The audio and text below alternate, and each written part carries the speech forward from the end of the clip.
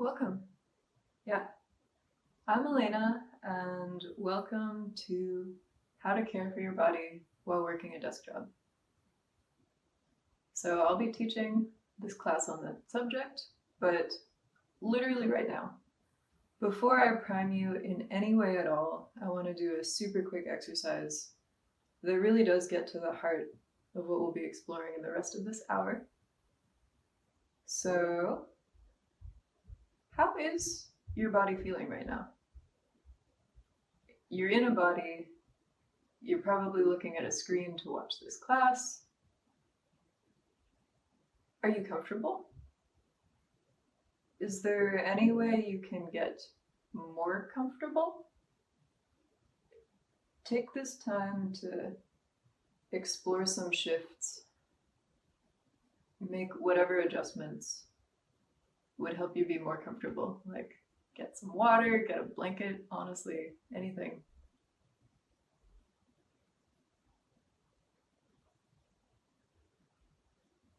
And if this were a live class right now, I would ask, or I would see what you did and I would ask about it. But since it's not, I mean, you could leave a comment. I'd be curious to know, but I'll just leave these 10 seconds for you to like really soak up the fact that you're now more comfortable. You have no task for these 10 seconds except enjoy.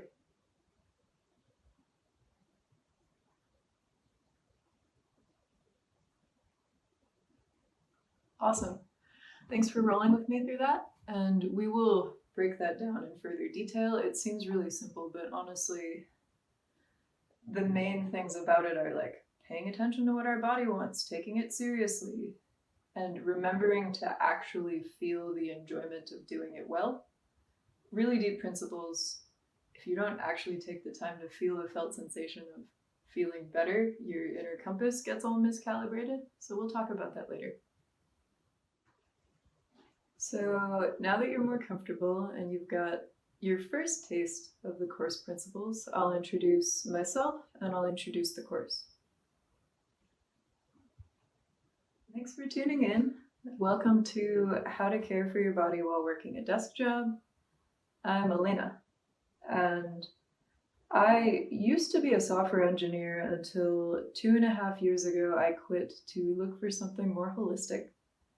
And now I'm a massage therapist. There was a lot between point A and B, but I've got both these domains of experience in me. And before software, I got a math degree. And before that, I was in the US school system. So I've got a lot of firsthand experience with what it's like to sit at a desk and have your mind do something while your body is an afterthought, because the real product in these systems is like, oh, all this thinking on pen and paper, or this coding that I'm doing out in front of me that's not me, and my own comfort or my normal common foundational bodily desires for play and sunlight and movement are completely irrelevant to what I'm being evaluated and rewarded for, which is this external product outside of me that I need to get done. So this is tricky because desk jobs put such high incentives on non-body ways of directing our attention. But if we want to stay healthy, we do need a regular practice of bringing our attention back into our body and reading its signals. Yes, it sends you signals. That's another thing that our society may not have taught you so far. But directing our attention back into our body, reading its signals and what it wants, and then doing that. So that's where this course comes in. My goal with this format, the 1-hour online class, is to be the most helpful to you that I can possibly be in 1 hour. So this means we won't answer everything in the field, because bodies are so nonlinear and full of special cases. And also, the field of body care is not yet a solved problem. It's undergoing active evolution, and there's new understanding all the time. But this course will definitely be directionally helpful. And it'll share the sum of my own experience and thinking and the most impactful ways that I've oriented to get myself out of chronic pain and to keep myself out of future chronic pain. So I did actually used to have chronic pain. That was like a big reason that I left the desk world. And like the ergonomics departments weren't quite cutting it for me for whatever reason. And we'll talk about that more, how the state of existing guidance is kind of all over the place, and there's lots of people that are really confident with this is the solution, but then, right, you've got to, depending on what company you work in, you might have somebody coming in to like set up an ergonomic chair for you. And then there's this other physical therapist online that's like, there's no such thing as an ergonomic chair. Actually, what you need to do is change your posture as much as you can. Like, guidance is all over the map. I've distilled like the most overarching key points and the most helpful ones for me and my own clients. But that said, if there's anything you still want to know at the end of it, at the end of this hour, please do comment on this video or email me or tweet at me. This is the beta version. I'll release a new version of this course in a few months, maybe sooner, as I learn more and get a sense of what people are wanting. So this is interactive, this is community-based. I don't have the final word on any of this, but this is what I have really seen help so far, and this is what removes really common points of confusion, because ergonomic chairs, they'll like get your desk all set up, but I have found that deeply lacking for reasons that we will discuss right now. I'm pulling up a slide right now outlining what we'll cover in this course. Here you go. I'll share what I see as the two biggest challenges of desk work and also the 3 most impactful steps to take towards resolving them. You can pause the video if you want or write these down, but I'll be going through them all in the rest of this course. The first of the 2 main challenges of desk work is that it's dissociative. It incentivizes us to lose track of body sensations in our awareness that would have let us intercept physical structural problems before they became painful. If you've got a body pain, it either came from an acute injury or it started off way smaller and cropped up over time. By going through these 3 resolution steps I list below, calling your attention back to your body and building your inner compass, and moving around in a lot of different varieties of ways that I'm gonna have a whole movement sample platter to show you, because I really mean variety, like most of us have not seen most of these movements. So by those 3 steps, we can resolve those restrictions before they become full-blown back pain or neck pain or wrist pain. And that whole process feels good too. The movement feels good, it feels rewarding. And I'll walk through how to identify these pre-restrictions, or like these low-level body signals that would become bigger problems later. And I'll note that these action steps, they're not just preventative. Those same tracking and moving and iterating principles apply to resolving existing pain. And the second problem that we'll cover is that desk jobs are more stationary than human bodies are designed to be.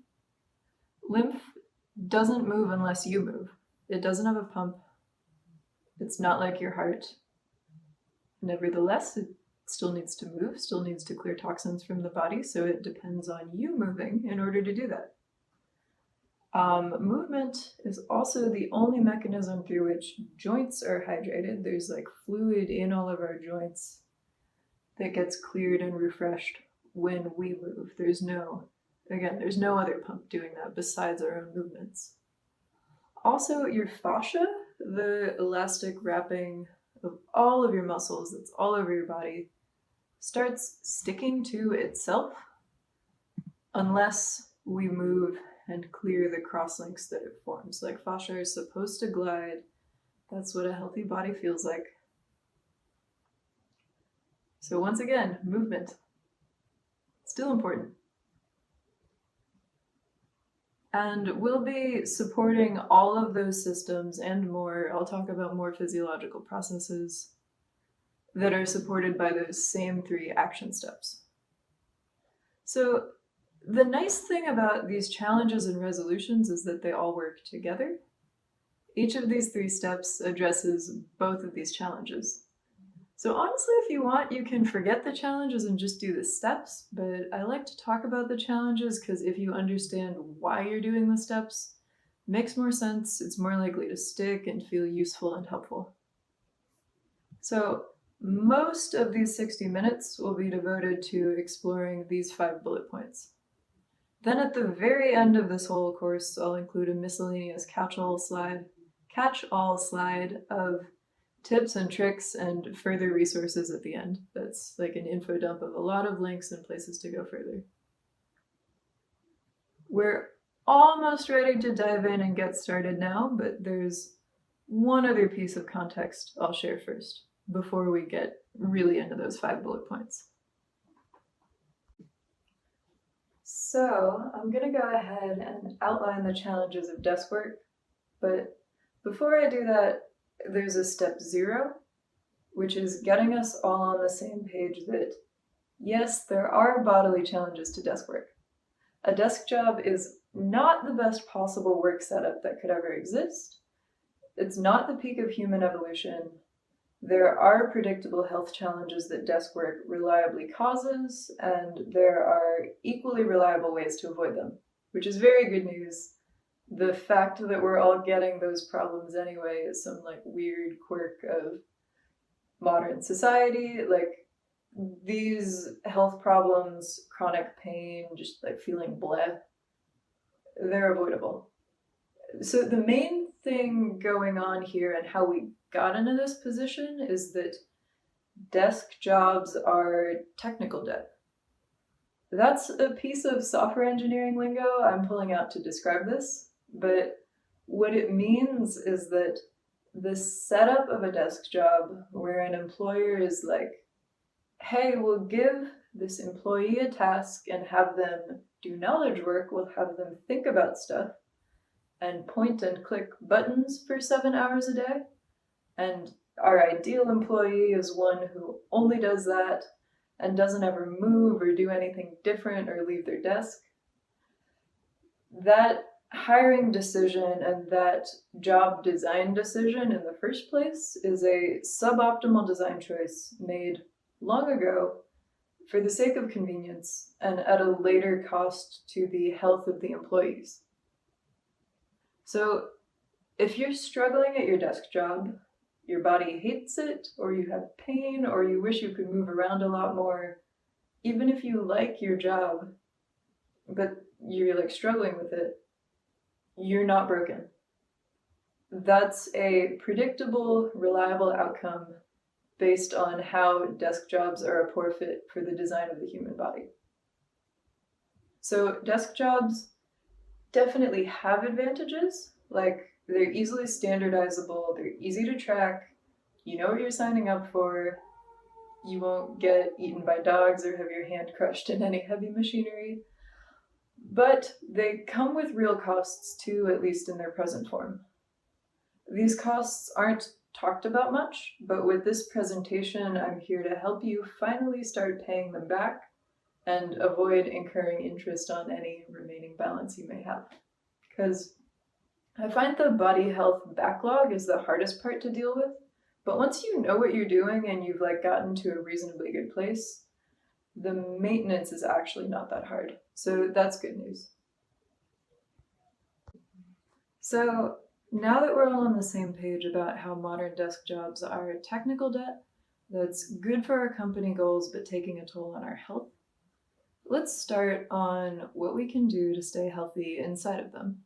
So the number one thing I see as a challenge with desk work, and this is a unique piece of the frame that I'm coming in with, is that desk jobs are dissociative.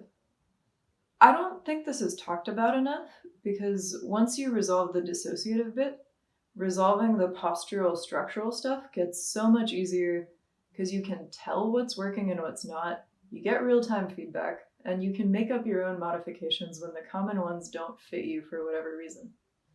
Bodies are so nonlinear, there's no one size fits all. needing weird modifications happens all the time, and reassociating, coming in touch with your felt body senses, will give you the tools to recognize what works for you and what doesn't, and not even need anyone to tell you what works. You'll just spontaneously start being able to know once you get enough practice with this. So by now you've probably heard about the number 2 challenge I'm going to talk about with desk work, that sitting for long periods of time is bad for you. But I think this dissociative piece is why common advice like take breaks every 30 minutes, or here are some stretches you can do, isn't really sticking, or sometimes it can even feel trite or annoying or like not actually up to the task of supporting your health. Really, what that common advice should be saying is, hey, here are some movements that work for lots of people. Try them out. Check in if you feel better. And if you do feel better, make it a habit to do that movement.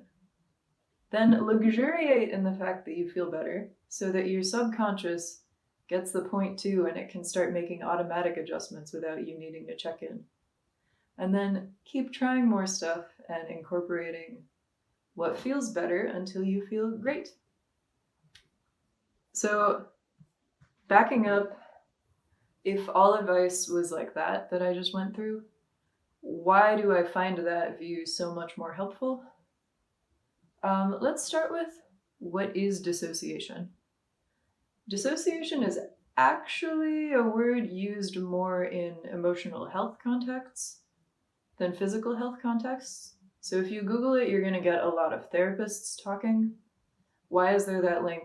Because body and mind are connected, and emotions show up as physical sensations in the body. So if you can't hear the physical sensations of impending chronic pain, you also might have a hard time noticing or interpreting your emotions, which can show up as heat in your chest or clenching in your throat or weight in your stomach or anything like that. But I mentioned that link just to mention it. It's outside the scope of this class. I do wish more physical health practitioners talked about it, so I'm going to be the change I want to see in the world. But drop me a line if you're interested in more about hearing about the emotional side of dissociation. For the scope of this class, we define dissociation as inability to hear or notice the tactile signals that your body is sending you. Your body can send you other non-tactile signals too. You can see mental images, or maybe you'll repeatedly think certain thoughts, could become obsessed with a particular subject, notice that you're always like really trying to get lunch with the people who are good at caring for plants, or always talking to them about plants. And then maybe, just maybe, it means you should learn about plants too. But body sensations are bodily signals too. So those tactile sensations, the tactile signals are the ones that we care about for staying healthy in desk jobs. And that's kind of abstract. I'll tell a story to illustrate what I mean. Usually when I'm texting someone on my phone, usually I use voice to text, and I talk into my phone so it can write down what I say. But that comes with a lot of typos, and sometimes I'm just so into my text conversations that I start typing things out with my thumbs. And eventually, after about half an hour of this, my thumb starts hurting just a little bit, and I get a mild, tight pinching, like right in this spot here. So nowadays, I check in with my body, or it's just ambiently present enough with me that I notice when that mild discomfort shows up. And I'm like, oh, okay, that's my body saying that it's time to take a break. So I come to completion with my texting. No need to drop it like a hot potato, because I've heard the signal early enough. It's just a mild discomfort, that it's not urgent. But I do put down my phone, and I organize my day so that if I've got anything not thumb related or thumb intensive to do, I go do that for a bit until my thumb feels better. Sometimes literally just doing something different, like giving my thumb a break, adding movement variety, like doing something else. What else? I mean, literally, like I could go rearrange things on my shelves, which like uses my arms, but not literally my thumb. Sometimes that already helps without any other interventions. So you'll know that it's helping because the pain will be gone, and it'll stay gone when you use your phone again. Rinse and repeat. Or in that case, if I notice my thumb pain and it's like pretty hurting, you've already seen me do this. I'll massage it for a bit, or I'll do a bunch of other movements to shake it out, like shaking's really good. You can stretch it. And this is where some skill comes in because I specifically do stretches that unwind the pain. I actually intuitively went up here because once this got resolved, like actually something cropped up here. But the main thing is I'll take care of it right at that moment where I noticed. So right now we're just working with step 1 about like bring your attention back into your body, notice these signals in the first place. But then how to take care of it. That's what I mean with step 3 of we need to get used to socially unacceptable movements. So towards the end of this class, I'll walk you through like a lot of different ways you can take care of those small aches and pains once you've noticed them. Step 1, bring your attention back into your body. You can imagine this story of me texting and my thumb hurting going differently. If I was so wrapped up in my text conversation and I didn't have this practice of checking in and asking, oh, how's my body feeling? Am I comfortable? Do I need to change something? I could have just done this for like 4 hours and I would have had some great conversations, but then at the end of it, I'd like be like, oh, okay, I'm done. It's time to eat. Ow, oh god, ow, my thumb hurts a lot. And then at that point, it would be harder to repair because more damage has been done. So repeat that for months and years on end. And that's how we get most of our chronic pain nowadays. And that's actually a really good segue to where does body pain come from? So in this class, we've already been through that the simple act of noticing our pain signals and caring about them, already a big step that's often hard in desk work because nobody told us to do it or gave us the incentives. And I'll talk more about the further solutions once you've noticed the pain. What then? I'll talk about that when I do a deep dive after this on the 3 resolution steps, types of movements that often help, when to use them, and resources like that. But before the deep dive on solutions, let's talk about the other main challenge of desk work. Where is all this pain coming from?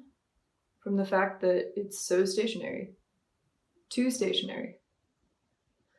So the more I learn about this, the more I'm like, whoa, human bodies really are designed to move, aren't they? The big systems that I know of so far that care about movement are muscles, lymph, joints, fascia, and also general hydration for every single all over tissue. Motion is fully 1/2 of hydration. And other systems that I didn't mention, like blood, nerves, are probably also meaningfully supported by movement in some way. It's not legible to me yet.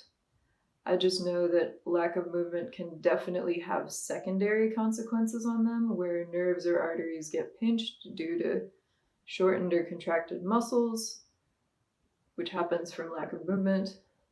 And then those shortened nerves and blood vessels can cause general sluggishness, malaise, or pain. But luckily, you don't need to take my word for any of this. You don't have to remember any of it. The sensations in your body are all real-time sensors about the health of all your systems. You are your body. You have the inside view on it.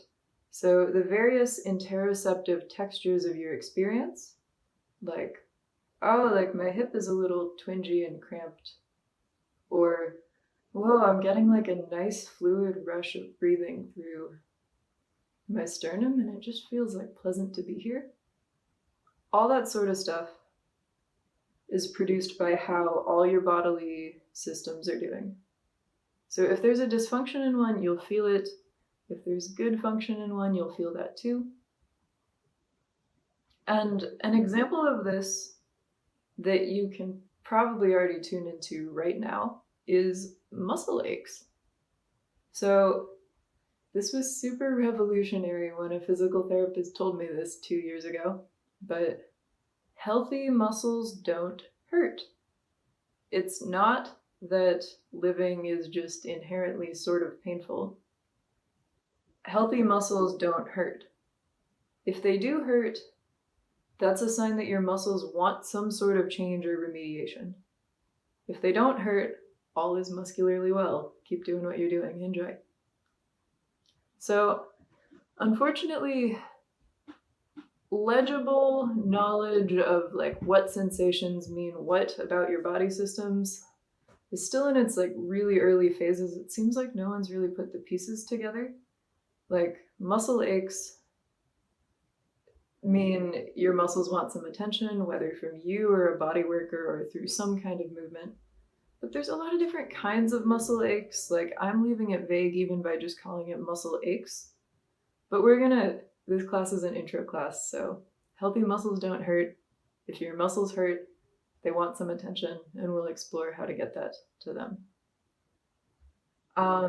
One of my active research areas, though, is this interoceptive anatomy, or anatomy through the language of actual felt tactile experience. Like, I want to organize a knowledge base of, hey, this sensation you feel from the inside indicates that your lymph is stopped up like right here, or what else is going on in some other body system, and if it's out of balance somehow. And then here's some movements or remediations for it. So this doesn't really exist yet as a comprehensive knowledge base. It's just like scattered knowledge across all the body workers out there in the whole world, where one of them knows a piece of the whole picture and others don't. So that's why I'm going to later discuss how you can build your inner compass yourself and contribute to that expanding field of knowledge. But yeah, so I'll just pull up this slide really quickly. Like, this is the sort of map I want to create, where, I mean, I just did a super rudimentary version of it for this beta, but these are the ones I'm pretty confident about already, that like felt sensation, stagnation, dullness, like general bleh. It's like a circulatory problem usually, and here's some helpful movements for it. If you feel tight or stiff, really every movement helps anything, and it'll be up to you to try the movements and see what feels best and do more of the ones that feel best. But tightness or stiffness, a lot of muscular dehydration, and fascial crosslinks, like they accumulate crosslinks when you sleep or when you're just sitting for a long time. So stretching and counteracting the movement is specifically good for that. And then pain, massage is really good for pain. Other types of body work also good for pain. We'll come back to this in the deep dive of we need to get used to socially unacceptable movements. So remember this chart. But for now, we're going to go through,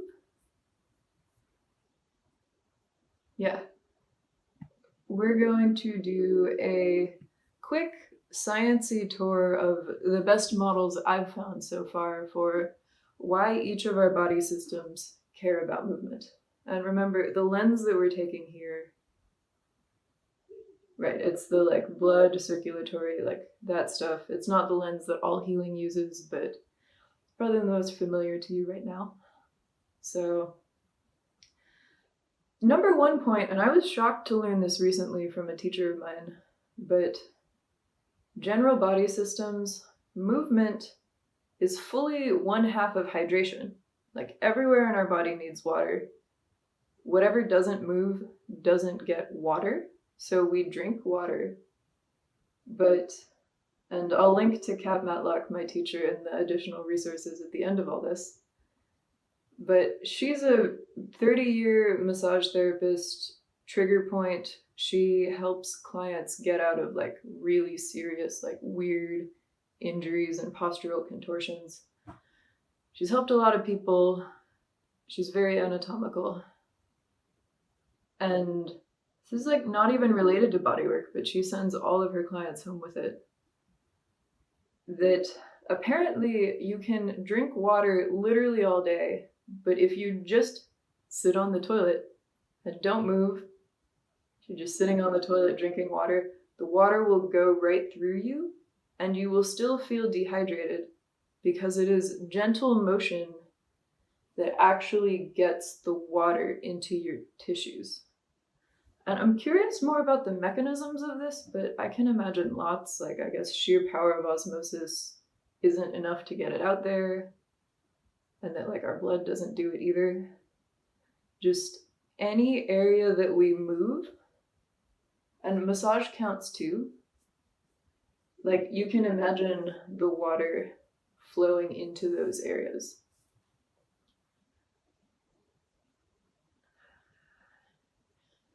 And I think nowadays I can feel it. I mean, check back in a year where I'll be able to lead a class about how to tell if you're well hydrated based on your own inner sensations. But for now, just gentle movement. Like you don't need to vigorously whatever, but shaking, tapping, all of that, anything that moves anything gets that area hydrated. Movement is fully one half of hydration.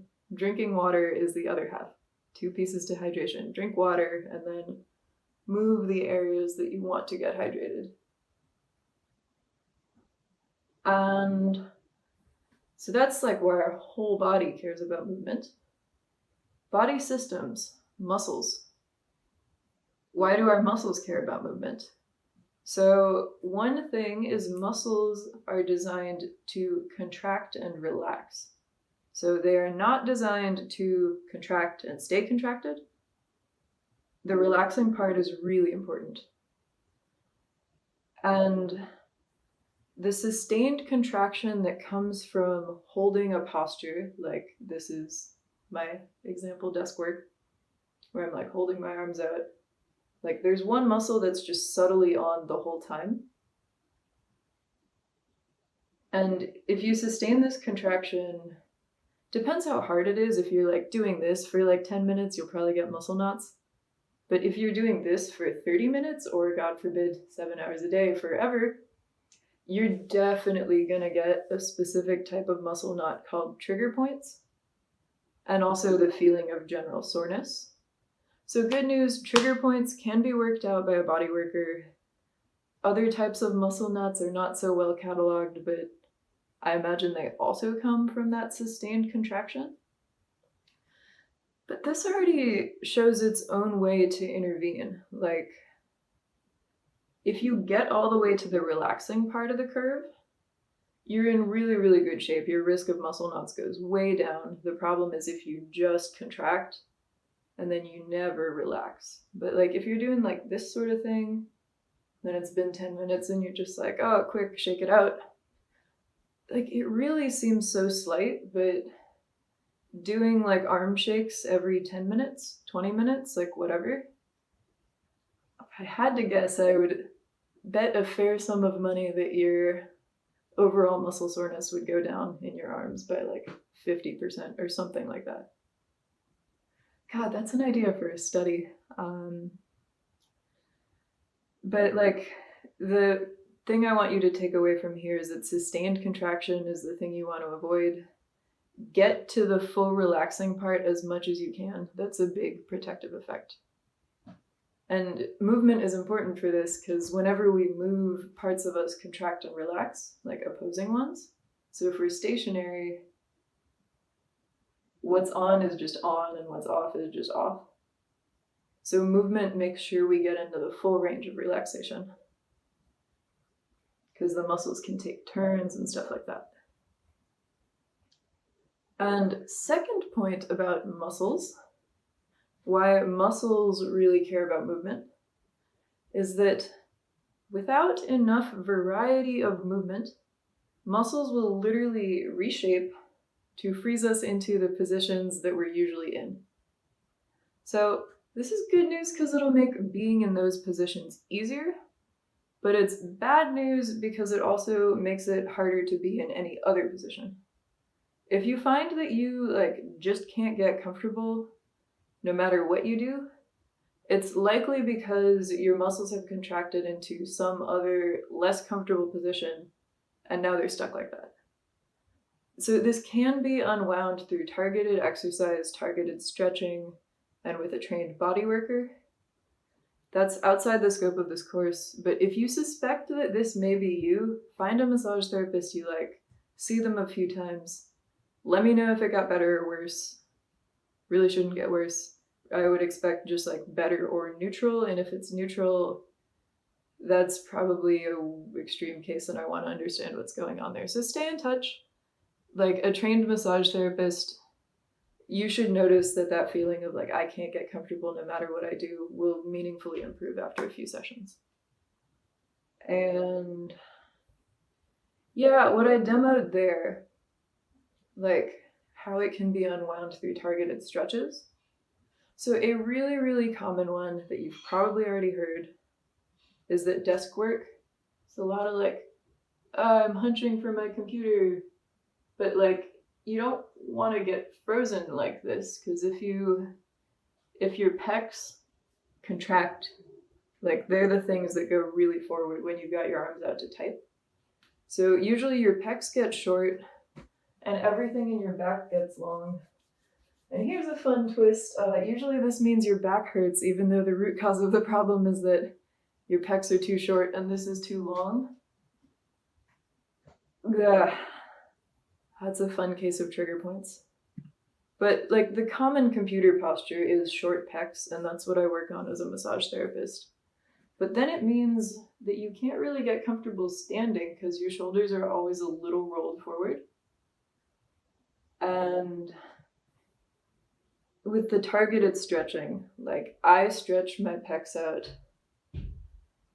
basically, multiple times a day. After I'm in a computer, I stand like this for, until it feels better. This is what I get into with the sensing. I'm like this, I accrue some stiffness here. I really don't want my shoulders to permanently roll forward, even though it would make this easier than it normally is, but it makes everything else harder. The ideal healthy person shouldn't feel much effort in most postures. It's just the effort shows up after a while, and when they start getting hard, that's your body's signal to shift postures so you can still stay in that low effort mode.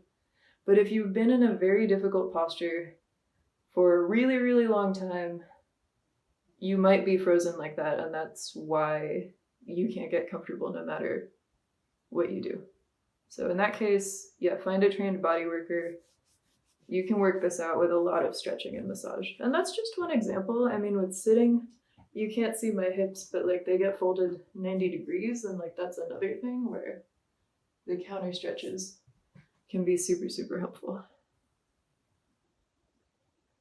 And that's what I mean by we need more movement for good structural integrity, because our bodies are designed to be able to be pretty balanced in any position. But if these shortenings happen, then it compromises our ability to find balance in a variety of positions. So if I sit a lot, standing will feel weird, even though if I had more movement variety, they would both feel fine until I did them for a long amount of time. And then my body would pick a preference. Other body systems affected by lack of movement. Oh my God, there's so many. So our lymph system, I don't know how much you know about lymph, but it's another series of vessels. It looks kind of like our blood system, but it just goes in a little bit of a different place. There's capillaries everywhere. It's responsible for clearing waste. So lymph circulation goes back this way. Goes from our extremities to the center of our body so that the waste products that we no longer need can be flushed out. Cool thing about our lymph system, it doesn't have a pump. It relies on our own movement in order to move. So if we don't move, lymph gets stuck. We're stuck full of waste. It's really annoying. It can be a big factor in chronic inflammation or even pain. So movement, important for lymph flow. You could also go swimming, and I think saunas also affect this, but like in general, movement, important for lymph. Another thing about movement, this is sort of involved in hydration, but joints. Joints don't get circulation to them unless they move. Right, it's not like the heart. They don't have pumps. The pump is the movement itself. And like our spine is a whole lot of joints. Doing some spinal waves. Our spine is so many joints. They all get hydrated if we move our spine. Yeah, joints have, I forget what it's called, but they have special joint fluid inside of them that also needs movement in order to be flushed and replaced, and like things get sticky and weird without that. Last system that I'll talk about, fascia. So your fascia are around every single muscle. It's like kind of a layer of saran wrap, but it's a lot more interesting than saran wrap.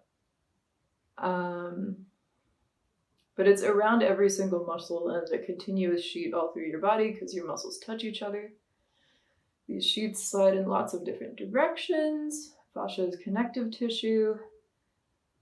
Fascia also needs water in between all of its layers, and that water only gets there through movement, so movement hydrates your fascia.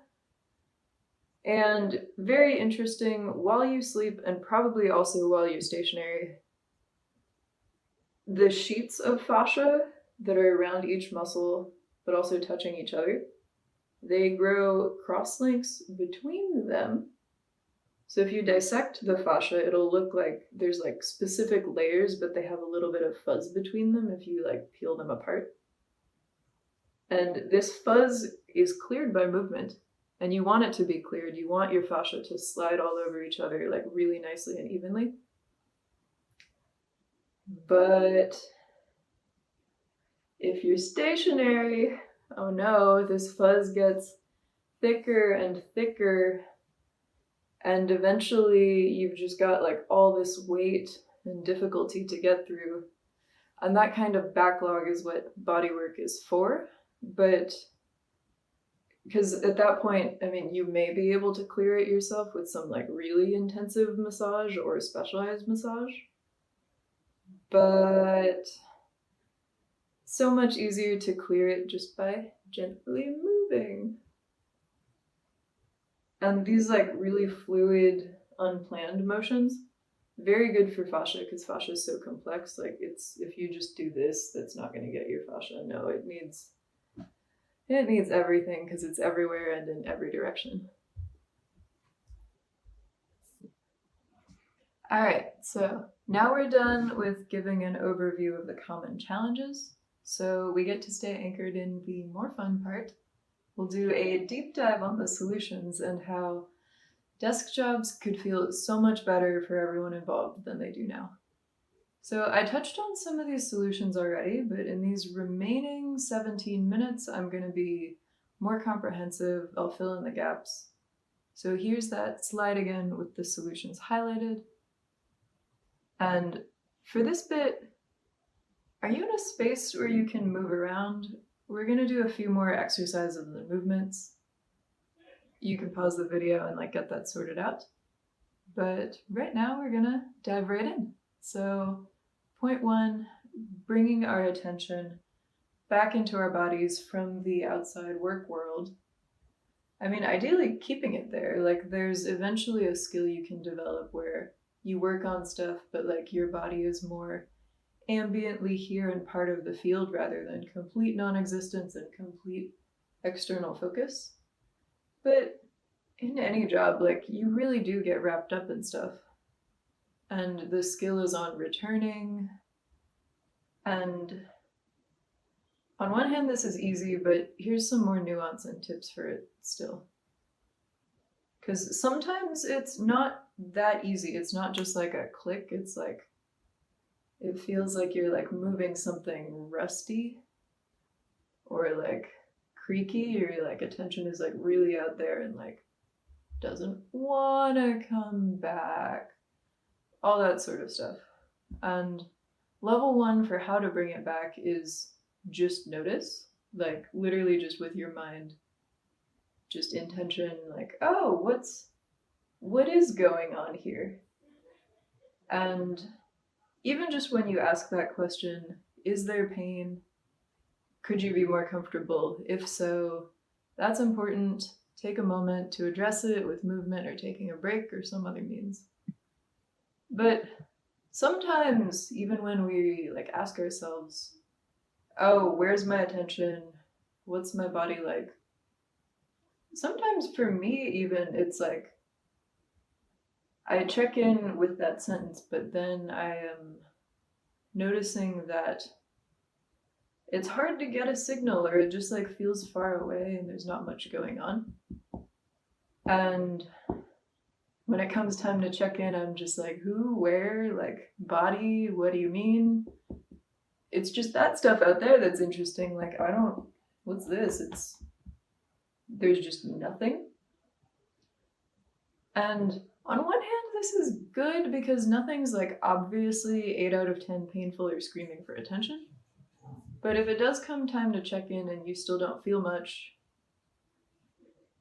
the very act of getting your attention firmly located back in here, where you don't have any of these dead zones, like right now I kind of have a dead zone in the middle of my chest, and I'm not worried about it because I know it'll come back with more embodiment exercises.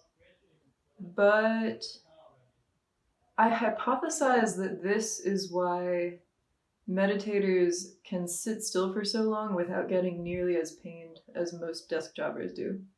Because their attention is all in their body the whole time, and that's the point of many styles of meditation.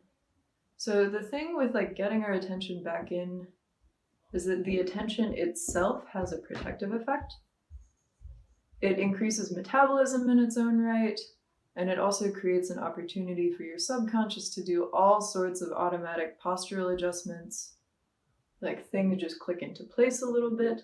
There's entire styles of bodywork that are just about well-placed hands that help the receiver direct their attention, or like finally get it into this dead zone where everything just falls into place, like the muscles and fascia readjust as soon as, oh my god, somebody's finally there paying attention, like click, the issue resolves.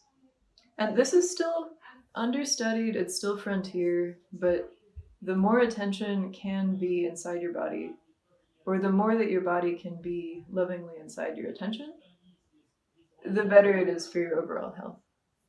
And you've probably noticed me during this time, I'm like doing this sort of stuff. I'm tapping, doing impact. Another way to say this all is that without tactile sensory input, it's easy to forget that you exist. And I could say more, but let's do an exercise to explore this. So first, change absolutely nothing about your posture or what you're doing, but just prompt yourself to notice, like, how are you feeling?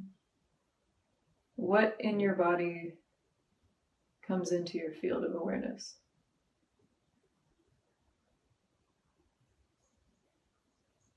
Okay, and hold that thought. And next, we're gonna do something fun. We're gonna take our hands and we're gonna just rub or stroke or whatever. You can more copy me than I can like really describe what I'm doing. But we're gonna just rub, what a weird word, but like stroke with this like fast motion. And we're gonna try to get all the surface area of our body. And I'm gonna stop talking and just let you feel what that's like. But try, scrubbing, that's what this is. Go ahead and scrub like literally like your hips. Also, you can't see mine, they're off screen. But you can keep your legs on the floor.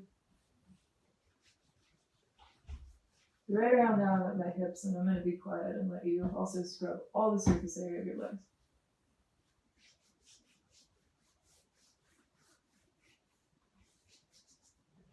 Bottoms of the feet.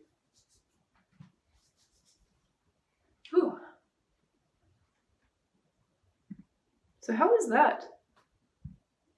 Did those two experiences feel different? The like just noticing with your attention and scrubbing everywhere with your hand. So what I find is that often with the first one, where it's just like, bring my attention back in. My God, I just automatically did this, look at that. But if I just ask myself, where is my attention? Oh, like come back, come back, come back. I start straining to get present, which is interesting. Like my mind, I like furrow my brow and I'm like, oh, where's my sensation? Where's my body? But it's still, it's not body up. It's like top down. It's not bottom up. But with the second one, with the scrubbing everywhere, I basically get present for free because I experience all the sensations. And now after I'm doing it, that was fun. I like actually relaxed a bit just then. And it's grounding, like I'm more here. There's a little bit more warmth. And I can hear other subtle body signals that I didn't notice before. Like I can tell my knees are a little uncomfortable because I've locked them a little bit. So I'm gonna move them out right now. And last note about this padding. So you see me do this. I really like this. More so than the scrubbing, although try them both, like whatever works better for you. If there's like really a attention dead zone in my body, like this is what I do. The like impact. In massage it's called tapotement. That's the fancy word for repeated rhythmic impact. I like this one a lot. I find it super grounding. So you can just touch your body to get the attention back into it. I find this a lot easier than trying to mind my way back into my body. I don't think that way actually works even, but that's a subject for another time. On a related note, physiologically using our senses is really good for us, and desk jobs don't have us do that much of that. Like using our senses, literally smell, taste, touch. We just did a lot of touch. And like getting that input all over your body, like rub your ears for a second. Like, when's the last time you felt your ears? Or that your ears felt sensation on them? Proprioception, interoception also senses. Interoception, like what are the sensations in our body? Proprioception is where am I in space? There's a couple healing traditions that say that we need to use our senses to feel fully human. And that's more emotional, spiritual health, soul health than physical health. But like if you're just really bored because you're not using your senses, like that can be really easily remedied. Literally go outside, smell some flowers, touch the flowers, like feel their texture. That'll also bring your attention back into your body. Massage is really good for that because it's sensory input. It feels good, no effort from you required. And even like setting up your desk all nice, like get some plants, get some art you like, or like a rock that you like the texture of and you play with sometimes, or like toss it around when you're idly thinking. Like all this stuff reminds you that you exist, that your body has ways of interacting with the world. Super important, super helpful. And a nice thing we're learning along the way about all this, and about how my solution steps fit together, is that movement calls attention back into your body without you having to mentally effort it. So we'll do some more exercises in the section on getting used to socially unacceptable movements. And they'll all be good for getting your own body back into that field of your attention. And one last note about calling your attention into your body.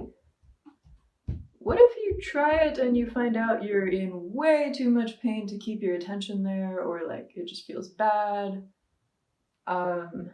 One, that's normal. You're not broken. This method still overall works for you. There's no need to stay. You can like check in and get out really quick. The important thing is that you check in and you know what's going on.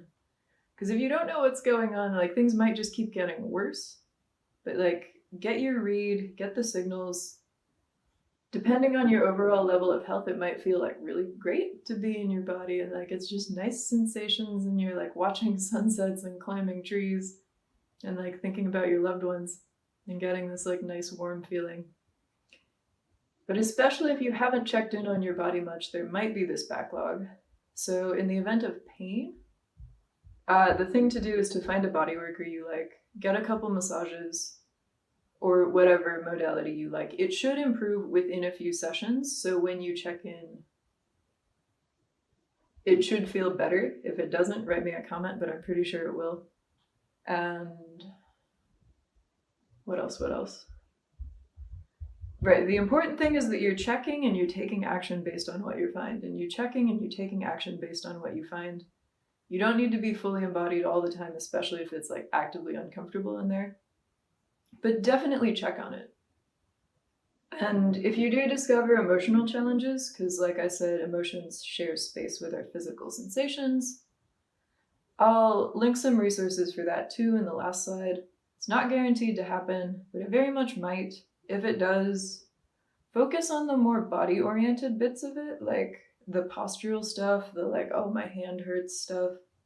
Like you can intention your check-ins to be more about making sense of your posture, and the emotional stuff can wait.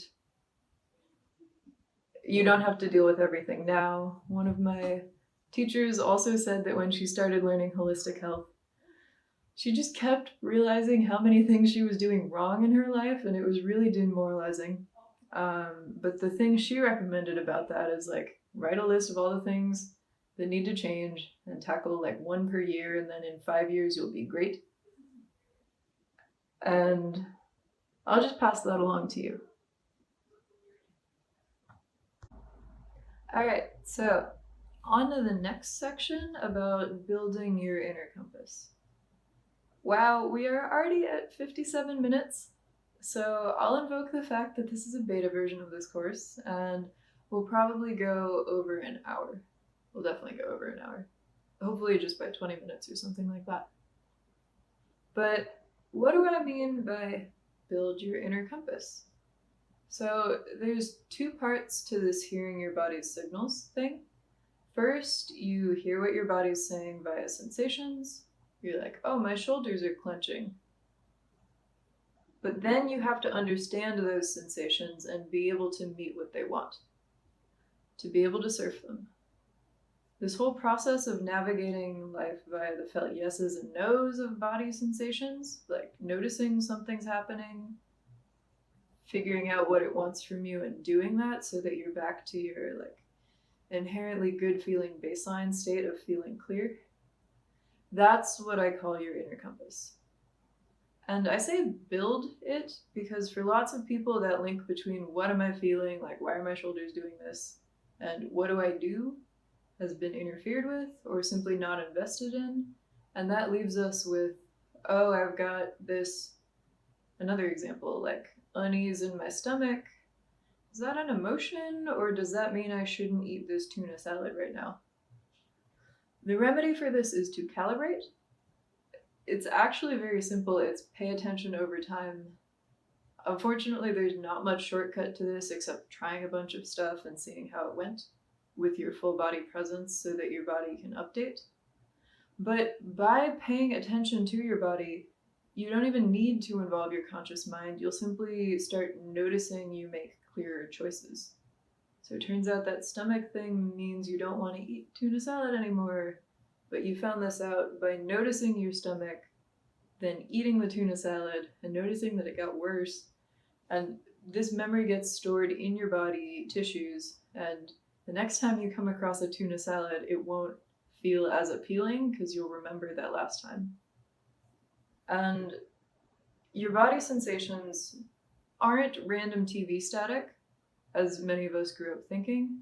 They do, over time, aggregate into coherent guidance that steers you well and takes care of you. But they do that when they're well calibrated, and once you've put some skill into reading them and surfing them, learning like, oh, tense shoulders mean I need to say no to this project I'm being asked to take on, stuff like that. So the main trick for calibrating is to pay attention. And when our attention is all outside of us, as it is in desk work, our body's signals can get strange and incoherent and messy. And that's normal. Like, you'll start tensing your shoulders at random times and be unable to track why. But another big thing is, this is like actually maybe more important, it's important to let in the experience of what you like. So spend time of those movements we've talked about, like feel them, enjoy them, invite that enjoyment to grow and feel bigger. And for me, that feels like increasing warmth, more tendency to smile. And you really milk it and let it fill your present experience. This like imprints it on your subconscious so that your future sensory signals send you towards more of what you want. And if you don't take the time to enjoy yourself and let your subconscious get to know, like, oh yeah, this is the good thing, what can happen is that you might just start spinning and cycling and looping away from what you don't want. You're like, this is bad, this is bad, this is bad, but like you're never going in a particular direction. And it's by remembering to enjoy the improvement, however small, like literally enjoy that you took a drink, feel that satiation,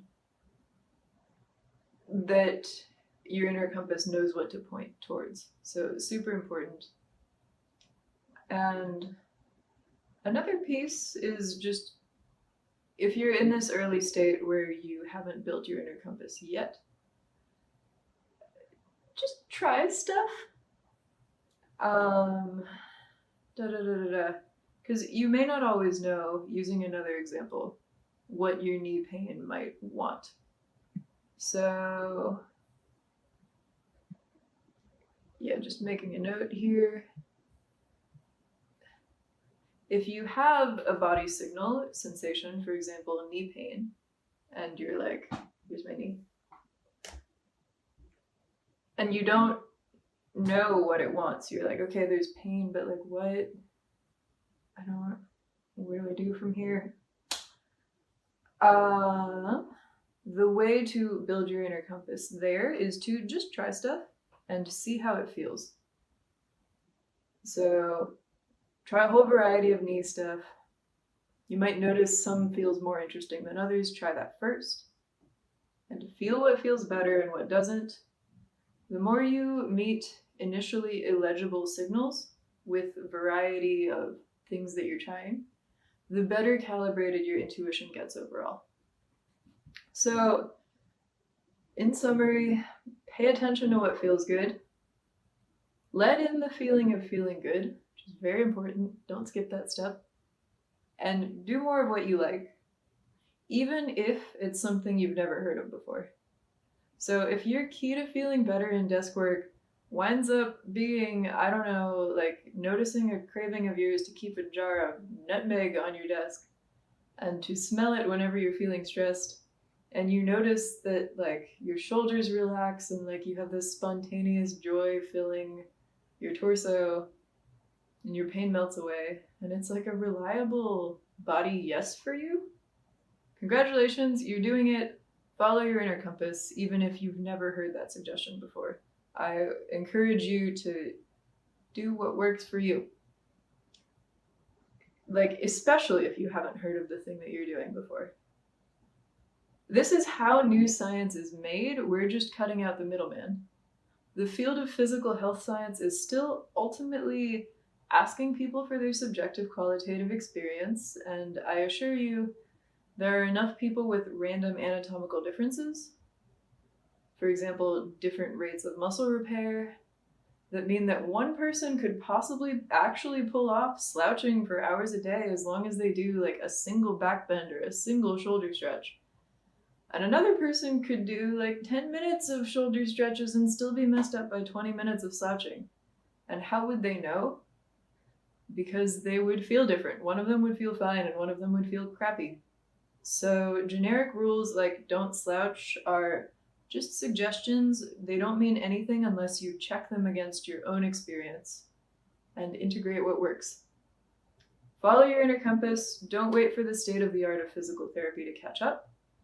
If you pull off the following your inner compass thing, you'll become a huge boon to the field of physical therapy because we'll want to interview you about what you did to get healthy and adjust the state of the art methods accordingly. So to close out this section and actually transition over to the movement section, there's an exercise I really like to do about how to follow your inner compass to discover new movements. So there's the option, and I'm going to do a movement sample platter where you try stuff and then see if it feels good. But there's this last bit where there's a part of you that already wants stuff, and let's give it a little more space to see if it can come through. So, my prompt right now for you, go ahead and stand up. You could also do this lying down or sitting though. It's pretty freeform. So find an area of your body that seems like it would want movement.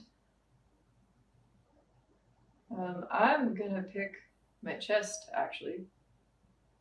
There's like some heat in it right now and a sense of being filled.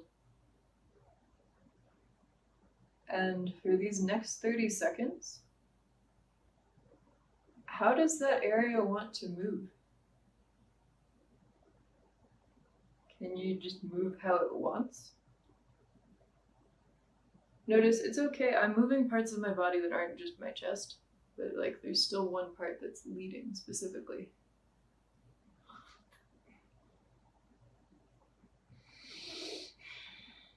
Okay, I think this heat thing is probably an emotion on my part. So I'm gonna pick something more neutral because you saw I was making weird faces. There's like a thing going on. I'll just pick my forearm. Okay.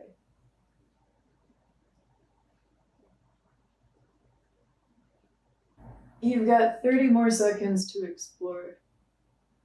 Is there a way that this part of you wants to move?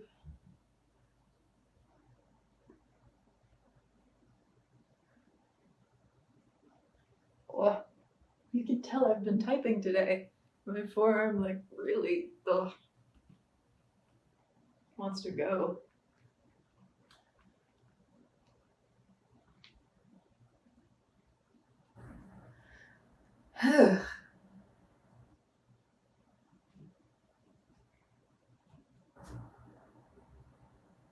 Okay, and we'll stop there, but I have done entire dance classes where the whole prompt is settle into deep sensing, and literally, if no movement wants to happen, don't move.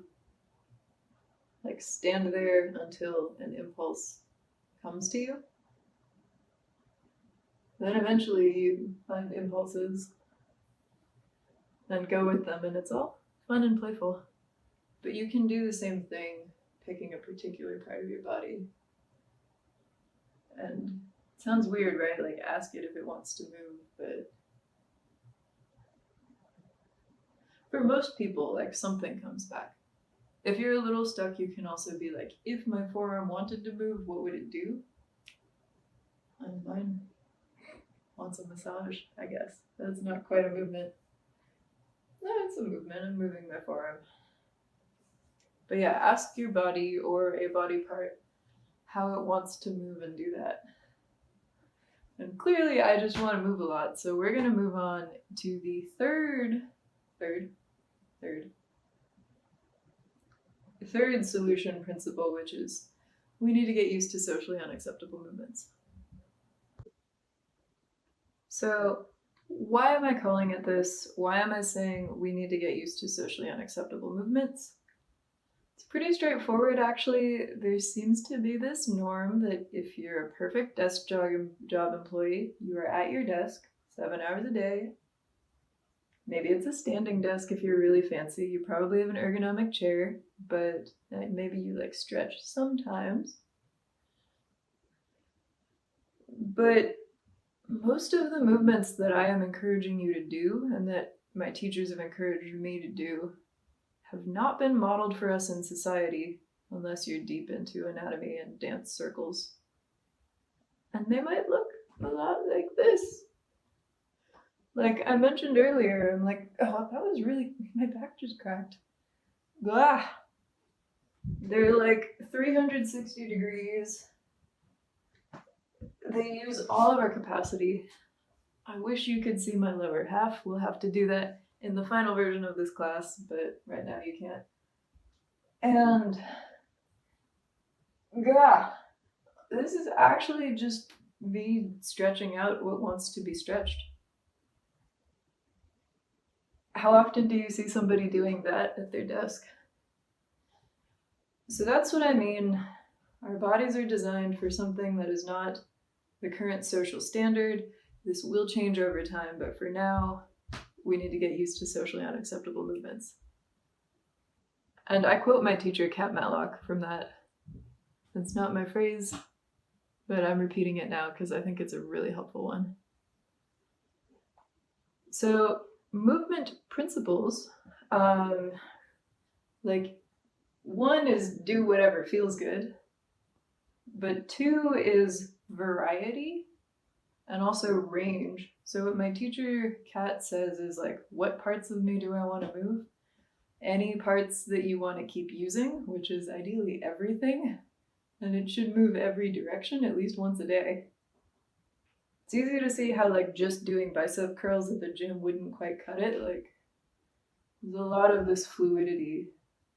I really like dance for this, but the more variety that you get, and try to move everything, like use every degree of motion that you have in your day. Notice this isn't covering like, but what about like, if you move too much, can that also hurt? Yes, that's when you tap into your inner compass and stop moving if it hurts. But like usually what hurts is if you're repetitively doing the same thing. So variety comes in there. Like I mentioned earlier, I'm like, I get text thumbs, but when it starts to hurt, I stop. And that's literally all the care it needs. Like, it starts to hurt, okay, stop texting. Do something else. I'll text more tomorrow once it's repaired and rejuvenated. Another movement principle is counteract positions that you're in often. This is a really big one. Desk work looks like this. Stretch your pecs out. Like this whole front area is short. So try to do the opposite movement of whatever position you're often stuck in. And usually this will feel like a really good stretch. So if you're sitting also, you can't see my lower half, but here's my foot. Like we usually get the 90-degree angle thing if we're sitting. So just like, what's the opposite of sitting? And usually it'll feel actively good. But yeah, counteract the positions that you're in a lot so that you don't get the like shortened and contracted effect. Also, if you're watching this, like stand up, follow along. I'll be moving a lot for this section, so play with it. I invite you to join me rather than like sitting and watching, because the thing I'm encouraging you to do is move. So movement principles, variety of movement, try to literally use all your range of motion. Counteract positions that you're in often, and then gentle movements. We talked about this in hydration. I actually don't recommend like extreme stretching. Like this is really helpful. And static stretching, Yeah, I don't. That's for like athletic training. The main thing for general health is to like gentle movements, easily within your range. Like use your whole range, but don't really like, you don't have to try to expand it, just use it. Use it or lose it. Motion is lotion. We've got some punchy slogans in the movement world. Gentle movement does a lot. It keeps you hydrated, keeps your circulation going, keeps the whole thing functioning. So ideally, you'd like, I mean, when I do a desk job, I'm basically swaying side to side the whole time. But frequency of movement. How often should you move? Ideally, move whenever you feel like it until you've cleared any feelings of stagnation or pinching or anything like that. Every half hour-ish seems to be the consensus in the bodyworker field for desk job advice. I'm actually still not sure why. Like, there's nobody that has said, like, oh, after half an hour, this system does this, or your blood or lymph or fascia does this. It also squares neatly with the Pomodoro method. But if you do some research, you'll find health people saying, take a break every half hour. I'll just tell you that. I'm still curious about why, but like that seems to be consensus. And so one of my teachers literally, she's really ardent about this. She does Pomodoros, and then every 25 minutes, she does a full movement break. She like stops what she's doing. She gets around and like rolls around on a ball, or like does some floor movement. She's got a whole YouTube channel of movement breaks. I'll link those. And then she comes back to work after those 5 minutes. But sometimes that can feel abrupt, especially with like high intensity desk work. If you like really got a brain job and you're like in the flow and solving a problem, if you want to stick with it, you don't need to take a break. Just like change a position. So if every 25 minutes you're like still at your desk, but you're like coding like this all of a sudden, or like, I don't know, like picking up something off a tall shelf. We do lots of movement just when we're like getting water or anything like that. So, right, you can do the softer Pomodoros, but how often to move? Every half hour, breaks would be great. Or just change positions, like get up if it's a sitting desk, sit down if it's a standing desk, kneel, be creative. Ideally move when you feel like it. That's my own recommendation, until you feel clear. And what do I mean by feel clear? Well, I've got this nice little chart here, and this is a chart I talked about making. This is just a beta version. It can be a lot more comprehensive than this, but this is the part where you actually stand up. We're gonna try a whole bunch of movements here. So there's a lot of movements. We already did some. We did the like scrubbing. So yeah, here's a chart of felt sensations. Scrubbing is really good for when you feel stagnation. You'll notice on the right column here, every single column says and more, because really the right movement to do is the one that helps you with the thing. There's a lot of variety, but right, so stagnation, what I have found, like if a part of your body just feels bleh, or like, yeah, stagnant is the best way to describe it, but if you've got other ones, like please drop them in the comments. I'm actively building this. That's often a sign of like losing circulation. So you can literally shake. I'm a huge fan of shaking. You can do targeted shaking. So right now I'm targeting my shoulder. Like pick a body part that feels kind of stuck or stagnant and see what kind of creative shaking you can do to drive sensation and aliveness back into there. Bouncing is a fun one where if you jump up and down, you can actually give yourself a shoulder and neck massage because the gravity releases on your way up and then like comes back down and it gives circulation to your neck, which is pretty cool. But other good movements for stagnation, love Tipotement, love this impact. Massage is just good for everything. Tightness or stiffness, this is when you really want to stretch and then also get gentle movement into whatever area you're stiff. So even like for this area, gently rolling your shoulders back and forth. Doesn't need to be extreme, there's no prizes here. But feeling all of the tissues moving. Oh, that was relaxing. The gentleness can be really calming when you attune to that. For pain, for specifically pain, that's when I recommend massage. Like you could get a little lacrosse ball. Lots of videos about how to roll specific things out.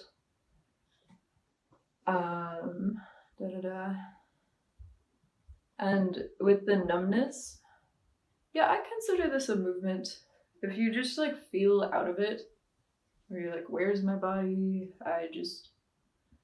All I'm thinking about is work. Like massaging your face, touching anything, like getting sensory input in your body. If you've got a rock on your desk, like squeezing the rock. Walking around barefoot, tactile input all over your body, especially parts that don't feel much, like, hey, my quad. I don't think this has felt anything all day, really. Like, wakes you up, gets you more alive, gets things flowing, gets your nervous system calibrated to the shape you actually are.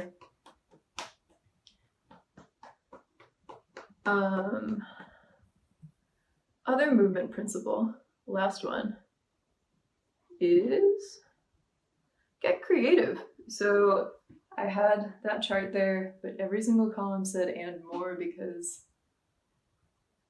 emerging field and your inner compass matters. For example, a mentor of my teachers says, he's got a like sciencey theory for this. He's like, yeah, sitting is bad because when you're sitting, your big postural muscles shut off and you're only using small muscles.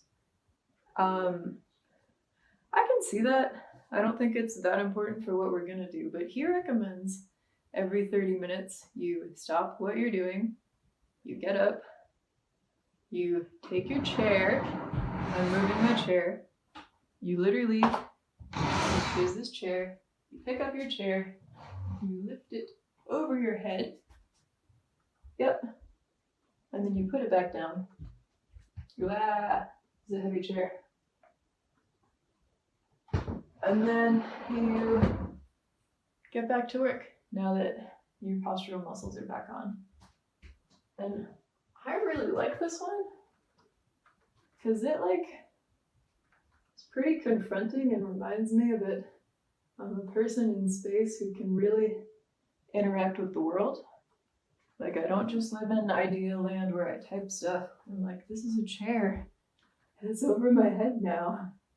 It feels pretty fun and childlike and primal. But it does also, shock my muscles into presence. So if you've got anything like that calls to you, get creative, go for it. Another friend of mine got a lot of mileage out of some primal movement gym that I'll also link on the last slide. And they taught very interesting classes. One he did 30 minutes of spinal lifts. But again, the point here isn't just that I'm waving my spine. The point is that I'm getting to know what my spine feels like by moving it. It's actually really hard to move the middle of it. Anyway, if I did this for 30 minutes, I would go into a trance and I'd leave feeling a lot better. So that's an option. Another one is we kind of touched on this with impact, but like, oh, that's another sensation, just throwing your arms down. But like, okay, I'm not going to do this as much as I did in the alpha class because there's someone in the basement below me. But jumping, really good for turning your hips back on, because I find the impact of my feet with the ground like gets deep into my hips, like all the way into the bone, in a way that just like tapping kind of doesn't. Like hips are really big, so if I need to turn them back online, yeah, it's great. I just felt my pelvic floor relax a bit. I really like hopping around, all that energy. And also a super obvious one, you could turn on some music and just dance, like a lot. Nobody has to watch you. Just have fun with it and dance like you're 4 years old. And, right, so socially unacceptable movements. A thing to note about these is you don't have to be super public about it. You can do this all in private. You can like go to the bathroom and do your shaking. Wow, there's a stuck spot in my back. That's actually been there for years, but it keeps getting a little bit better day by day. So you can like go to the bathroom and do your weird shaking or like loosey-goosey fascial flow there. You can do it in private.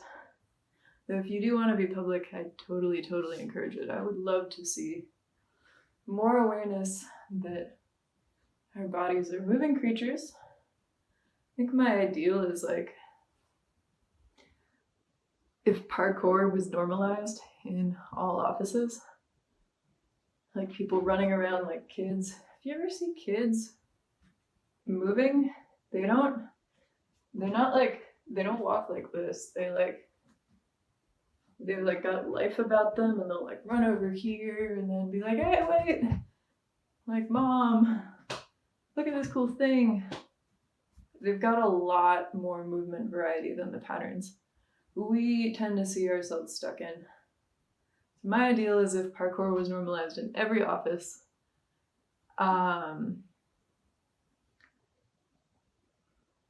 What else? So check in my notes. But until then, stretching, movement variety until your bodily baseline feels clear really is the thing to do. So I encourage you with that. Okay, so we're in our final couple minutes of this class. So I'm going to pull up my last slides of tips, tricks, and further resources for deepening inquiry even after these 90 minutes are over.